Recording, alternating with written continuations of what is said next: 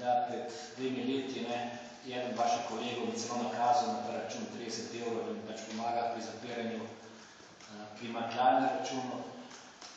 In jaz ne vem, kaj se dogaja, v enem trenutku nekdo ugotavlja, in nažalost se tudi policija zdaj v tej temi, da v ponedeljek perem denar, dobijo neke strašne provizije, no naslednji dan torek, pa da mi treba pomagati, ker sem v minusu. Jaz si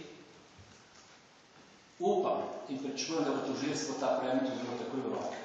Ali naj ga povrže, ali naj ga na sodišče, jaz verjamem pravosodni sistem, in če bo šlo na sodišče, prosim sodišče, da da temu predmetu prednost in ne začne takoj obravnavati.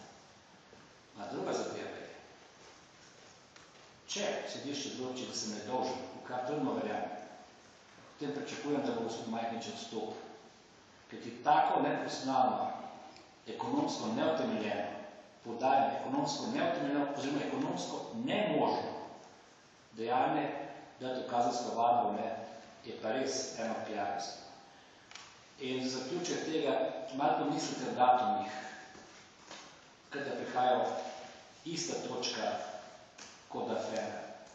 Prvič je prišla, poudarjam, strani medijev in Dursa, kdo si se potrdil, da on ni dal to naprej, ampak ne bi kako šlo pred parlamentarnimi volitvami, potem se pojavljajo pred volitvami za župana, sedaj so spet evropske volitve, ali pa celo dalje lahko reče, kada se pojavlja kakšna interpelacija proti notranjega ministra, potem je ali kakšna kazenska ovadba, ali pa dobi kakšno preiskavo. Zdaj, kar je v petek spet interpelacija, mogoče bo ta teden še kakšna hišna preiskava. Očitno je pa, da nekaterim tudi paše odvračanje pozornosti po tem petkovem fiasku na ustavnem sodišču. Toliko.